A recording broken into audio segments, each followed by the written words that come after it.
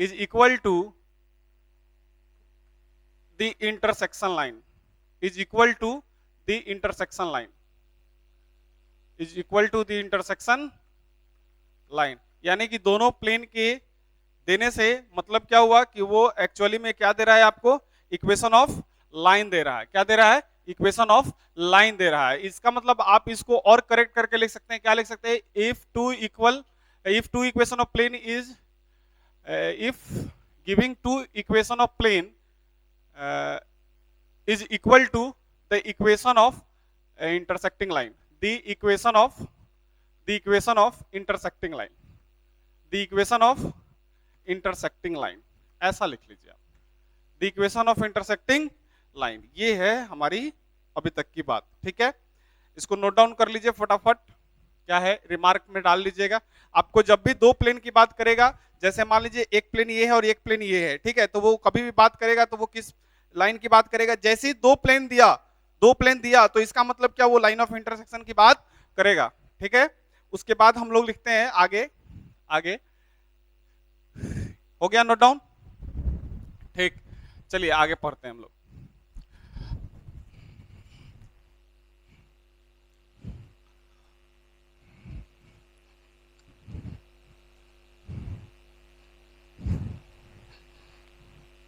ठीक, आगे हम लोग लिखते हैं equation of plane passing through 3 points, equation of plane passing through 3 points.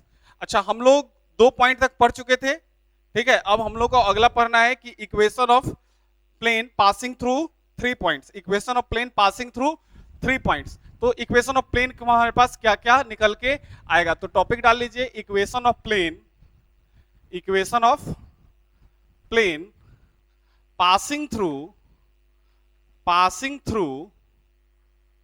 3 points, passing through 3 points.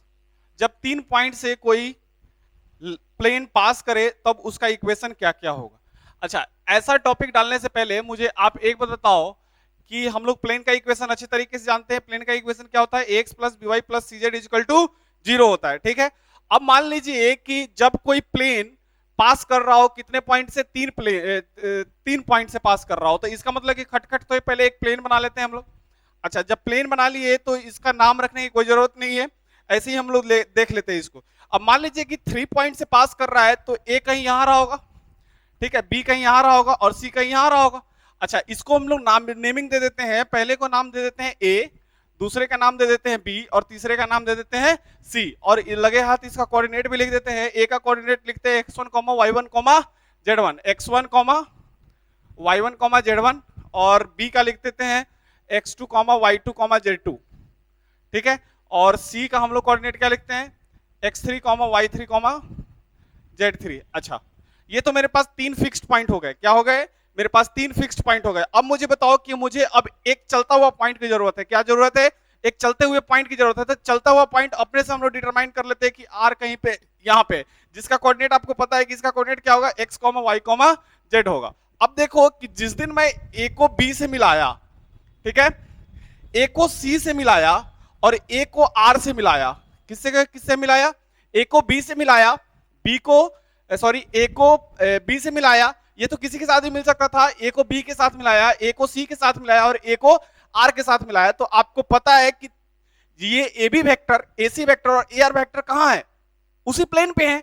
इसका मतलब कि जब एक ही प्लेन पे होंगे तो कहने का मतलब क्या है कि A R vector comma A B vector and A C vector are coplanar. क्या लिख सकते हैं हम लोग कि ये कोप्लेनर है। इसका मतलब कि कोप्लेनरिटी का कंडीशन क्या होता है, कि कोप्लेनरिटी का कंडीशन ये होता है कि यदि A R vector, A B vector और ए सी वेक्टर कोप्लेनर है, इसका मतलब कि डब्बा के अंदर जो हमारे ये जो कोप्लेनरिटी होगा, यानी कि जितने भी वेक्टर होंगे, 3 वेक्टर हैं हमारे पास, तो वो डब्बा के अंदर 0 बराबर शो करेगा। इसका मतलब यदि कोप्लेनर है देन डब्बा के अंदर A R vector, A B vector और ए सी वेक्टर किसके बराबर होंगे, 0 के बराबर होंगे। क्या होंगे, A R vector, A B vector और ए सी वेक्टर किसके बराबर होंगे, 0 के बराबर होंगे। तो लगे हाथ जब हम लोग इस चीज को देखते हैं तो अच्छा, ये जो डब्बा के अंदर है, ये डब्बा किसको दिखाता है, डिटर्मिनेंट को दिखाता है। तो ये जो ए आर वेक्टर है हमारे पास, ए आर वेक्टर को मैं क्या लिख सकता हूं, आर माइनस का ए वेक्टर लिख सकता हूं। मैं लिख देता हूं आर माइनस का ए वेक्टर, ठीक है, आर माइनस का ए वेक्टर, बी माइनस का ए वेक्टर, बी माइनस का ए वेक्टर, और फिर मैं क्या लिखता हूं, सी माइनस का ए वेक्टर, सी माइनस का ए वेक्टर, और डब्बा के अंदर मैं जीरो कर देता हूं। और जैसे ही मैं डब्बा के अंदर जीरो किया, अब बारी है इसके लिखने की, R minus A vector. R minus A vector को आप कैसे कैसे लिखेंगे, आर माइनस ए वेक्टर को लिखेंगे, आर माइनस ए वेक्टर को लिखेंगे एक्स माइनस एक्स वन, ऐसा लिखेंगे एक्स माइनस एक्स वन, फिर वाई माइनस वाई वन, फिर जेड माइनस जेड वन, ठीक है। फिर आगे आप क्या लिखेंगे, एक्स, फिर दूसरा क्या है, बी माइनस ए वेक्टर, इसका मतलब कि x two minus x one vector, x two minus x one vector, y two minus y one vector, फिर आप क्या लिखेंगे, y three minus y one vector, sorry z three, z two है ना, z two minus z one vector, ठीक है। आगे आप क्या लिखेंगे, अब कौन सा वेक्टर है भैया, सी माइनस ए, सी माइनस क्या है, x three minus x one vector, फिर क्या लिखेंगे, y three minus y one vector, फिर क्या लिखेंगे, z three minus z one vector, is equal to किसके बराबर हो जाएगा, जीरो हो जाएगा, इज इक्वल टू किसके बराबर हो जाएगा, जीरो हो जाएगा। और इससे जो है हमारा इक्वेशन ऑफ प्लेन निकल के आ जाता है, ठीक है। इतना लिखिए, नोट डाउन कीजिए, यदि समझ में नहीं आया तो पूछिए कि क्या है इसमें। अच्छा, इसको मैं फिर से समझाना चाहता हूं कि आपको ये बात समझ में आई कि जो ए से जो भी मैंने लाइनें मिलाया, आर से मिलाया, बी से मिलाया और सी से मिलाया, ये सारे पॉइंट कहां मिलेंगे, किसी प्लेन पे ही मिलेंगे, किसी एक ही प्लेन पे मिलेंगे। तो उस प्लेन को जो जहां पे एक ही प्लेन पे सारे पॉइंट होते हैं, तो उस प्लेन को हम लोग क्या बोलते हैं कि वो कोप्लेनर है। इसका मतलब कि जितने भी पॉइंट मिले यार कोप्लेनर, इसका मतलब कि एआर वेक्टर, एबी वेक्टर और एसी वेक्टर है कोप्लेनर। तो कोप्लेनरिटी की कंडीशन क्या होती थी कि डब्बा के अंदर क्या होता था, वो जीरो होता था। वेक्टर के अंदर हम लोग इस कंडीशन पे पढ़ चुके हैं, इसलिए आप जो है पिछला कॉपी पलट के देखिए कि उसमें हम लोग ये कंडीशन पढ़े हैं कि नहीं पढ़े हैं, ठीक है। आगे लिखिए फटाफट,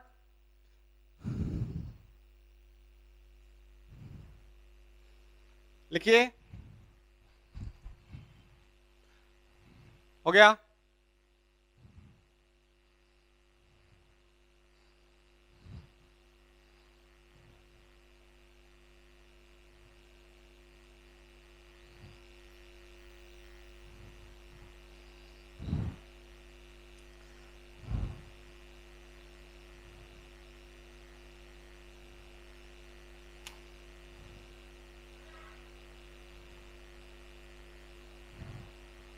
हो गया, चलिए आगे देखते हैं, इसमें आगे देखते हैं। अच्छा, मुझे एक बात बताइए, यदि दो लाइन इंटरसेक्ट करते हैं किसी प्लेन पे, क्या करते हैं, यदि दो लाइन इंटरसेक्ट करते हैं किसी प्लेन पे, तब मेरे पास यदि प्लेन का इक्वेशन पूछा जाए तब हम लोग क्या बता सकते हैं।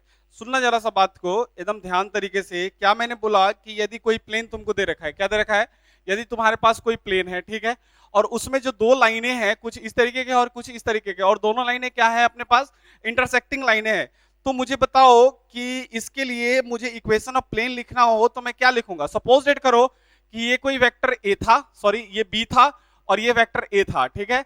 अब मुझे बताओ कि ये दोनों लाइनें इंटरसेक्टिंग है, ऐसा करो, इसको पी वेक्टर मान लो, पी वेक्टर मान लो, और इसको क्यू वेक्टर मान लो, ठीक है। और मुझे बताओ कि ये जो इंटरसेक्टिंग लाइन था, जहां पे ये यहां पे जो मिल रहे थे वो ए था, क्योंकि कहीं ना कहीं फिक्स्ड पॉइंट से ही पास किया होगा दोनों लाइनें जहां पे इंटरसेक्ट किया होगा। तो इसका मतलब कि जब दो इंटरसेक्टिंग लाइन तुमको दे रखा है, तो दो इंटरसेक्टिंग लाइन देने का मतलब क्या है कि वहां से हम लोग प्लेन का इक्वेशन निकाल सकते हैं। और प्लेन का इक्वेशन निकालने के लिए मुझे नॉर्मल वेक्टर की जरूरत है। तो जिस दिन मैं क्यू क्रॉस पी करूंगा, क्या करूंगा, पी क्रॉस क्यू करूंगा, तो सॉरी क्यू क्रॉस पी करूंगा, तो मेरे पास क्यू क्रॉस पी जो होगा वो मुझे नॉर्मल वेक्टर दे रहा होगा कुछ इस तरीके का, नहीं। और हमारे पास जो इक्वेशन निकल के आ जाएगा वो क्या निकल जाएगा, r minus a dot n equal to zero, ठीक है। इसका मतलब इससे क्या हुआ, तो रिमार्क के अंदर आप लिख लीजिएगा कि if two intersecting line, two intersecting line, two intersecting line, two intersecting line determines a plane, two intersecting line, two intersecting lines determines a plane, determines a plane, यानी कि दो इंटरसेक्टिंग लाइन हमको क्या दिखाएगा, एक प्लेन के equation को दिखा सकता है, ठीक है। जैसे कि आपको पता है कि ये हमने क्यू माना इसको और पी माना इसको, तो क्यू क्रॉस पी करोगे आप एंटी क्लॉकवाइज चलोगे, तो जैसे ही क्यू क्रॉस पी चलोगे तो आपका नॉर्मल वेक्टर ऊपर की तरफ दिखाएगा, और किसी भी प्लेन के इक्वेशन के लिए मेरे पास क्या चाहिए था कि एक नॉर्मल वेक्टर दे दो, एक फिक्स्ड पॉइंट दे दो। फिक्स्ड पॉइंट तो ये रहा, ठीक है, और r minus a dot n करके हम लोग कहां पे जा सकते हैं, वेक्टर के इक्वेशन पे जा सकते हैं। अच्छा, इतना होने के बाद आपने रिमार्क लिख लिया, इसके बाद आगे लिखिए। आगे है इक्वेशन ऑफ प्लेन, आगे है इक्वेशन ऑफ प्लेन,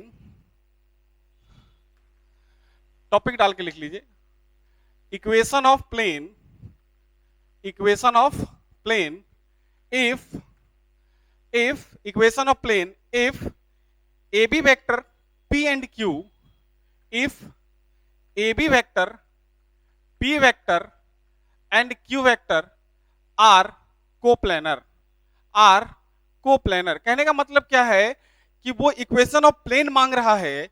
यदि मुझे AB वेक्टर, P वेक्टर और Q वेक्टर कोप्लेनर दे रखा है तो मुझे बताओ कि उस इक्वेशन ऑफ प्लेन क्या होगा। आपको पता है कि यदि कोप्लेनर दे रखा है तीन वेक्टर, इसका मतलब कि डब्बा के अंदर आपको क्या दे रखा है कि AB वेक्टर, P वेक्टर और Q vector is equal to 0 के बराबर दे रखा है। क्या दे रखा है? AB वेक्टर, P वेक्टर और Q वेक्टर किसके बराबर दे रखा है? 0 के बराबर दे रखा है। तो जब हम डब्बा को खोलते हैं तो डब्बा खोलने का कंडीशन एक ही है कि जो पहले लिखा होता है उसको हम लोग पहले लिखते हैं डॉट P क्रॉस Q लिखते हैं क्या?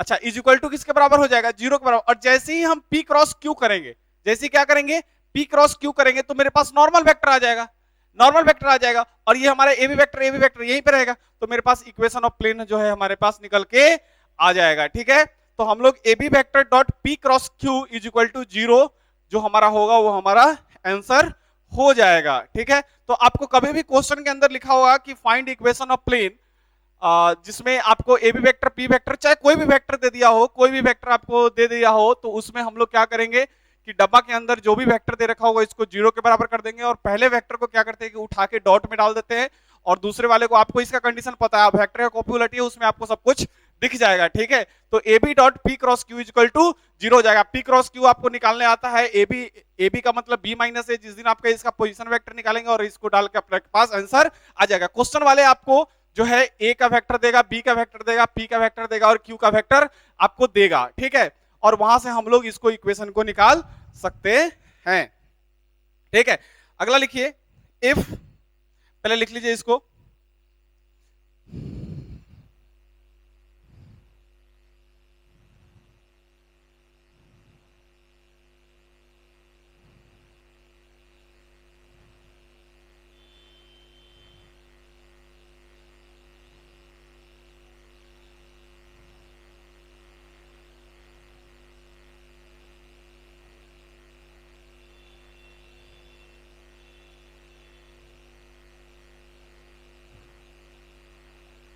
अगला लिखिए, equation of plane having P vector, Q vector and A vector. आपके पास कितने वेक्टर दे रखे हैं? 3 वेक्टर दे रखे हैं। कौन कौन से वेक्टर दे रखे हैं? P दे रखे हैं, Q दे रखे हैं और A दे रखे हैं। तब आपका इक्वेशन ऑफ प्लेन क्या होगा? अच्छा, सेम आप इस तरीके से भी चल सकते हैं कि डब्बा के अंदर P Q A is equal to किसके बराबर? 0 के बराबर। ठीक है, तो आप उस तरीके से भी चल सकते हैं, लेकिन आपको मैं एक तरीका बताना चाहता हूं जो IIT वाला हिट करता है बार बार। ठीक है, तो उसमें हम लोग कैसे काम करेंगे कि जब आपका 3 वेक्टर दे रखा, ये भी कंडीशन सही है, ऐसा नहीं है कि ये कंडीशन गलत है, इस पे भी आप बनाओगे, लेकिन ये कंडीशन कब काम करेगा? जब क्या होंगे वो तीनों पॉइंट क्या होंगे? कोप्लेनर होंगे। लेकिन मान लीजिए कि ऐसा कुछ आपको नहीं दे रखा है कि कोप्लेनर है कि क्या है, सीधे आपको बोल रहा है कि equation of plane having P Q and A vector दे रखा है, तब आप इक्वेशन ऑफ प्लेन कैसे निकालेंगे? तो एक बात मुझे बताओ कि P Q और A जो हम लोग का प्लेन पे है, ठीक है, कहां है? ये यहां P है, यहां Q है और यहां A वेक्टर है। ठीक है, ये P वेक्टर है, अच्छा इसको नीचे लिख देता हूं, P वेक्टर है और ये Q वेक्टर है और ये A वेक्टर है। ठीक है, पॉइंट ये है। अब मान लो, अब मुझे किसकी दरकार है? एक ऐसे वेक्टर की दरकार है जो मुझे R देगा। तो मान लेते हैं कि R वेक्टर कहीं यहां पे है, R वेक्टर कहां है? कहीं यहां पे। तो मैं मिला रहा हूं इसको, P को Q से मिला रहा हूं, पी को ए से मिला रहा हूं, पी को आर से मिला रहा हूं, तो फिर हमारा वही कंडीशन आ जाएगा कि तीनों पॉइंट किधर है अपने पास, P Q vector, P A vector और पी आर वेक्टर कहां पे है, उसी प्लेन पे है। तो हम लोग बोल सकते हैं कि डब्बा के अंदर जीरो के बराबर है। किसके बराबर है? डब्बा के अंदर जीरो के बराबर है। लेकिन क्या ऐसा ही कंडीशन सर बार बार लगाओगे क्या? आपको मतलब सिर्फ पी से उठा रहे हो, सिर्फ क्यू से मिला दे रहे हो, आर से मिला दे रहे हो और ए से मिला रहे हो, तो यही कंडीशन बार बार अप्लाई होगा क्या? मैंने बोला कि नहीं, कोई जरूरत नहीं है कि आप एक ही कंडीशन पे चलो। अब सपोज डेट करो कि आप नहीं मिला के आप क्या करते हैं कि ए को आर से मिलाते सिर्फ, ठीक है, ए को आर से मिलाते, ए को आपको आर से मिला दिया, ठीक है। अब मेरे पास पी वेक्टर है और ये मेरे पास क्यू वेक्टर है जिसका मुझे पॉइंट दे रखा है, ठीक है। अब आगे क्या करोगे, जब मुझे पी वेक्टर और क्यू वेक्टर दे रखा है तो आगे क्या करना है कि जिस दिन आप पी क्रॉस क्यू करोगे, ये जो वेक्टर का पोजीशन होगा, जो लाइनें होंगी, तो इस पे तो कोई नॉर्मल वेक्टर गिर रहा होगा ना, तो ये जो लाइनें जाएंगी ऐसे कुछ जाएगी और कुछ ऐसे जाएगी,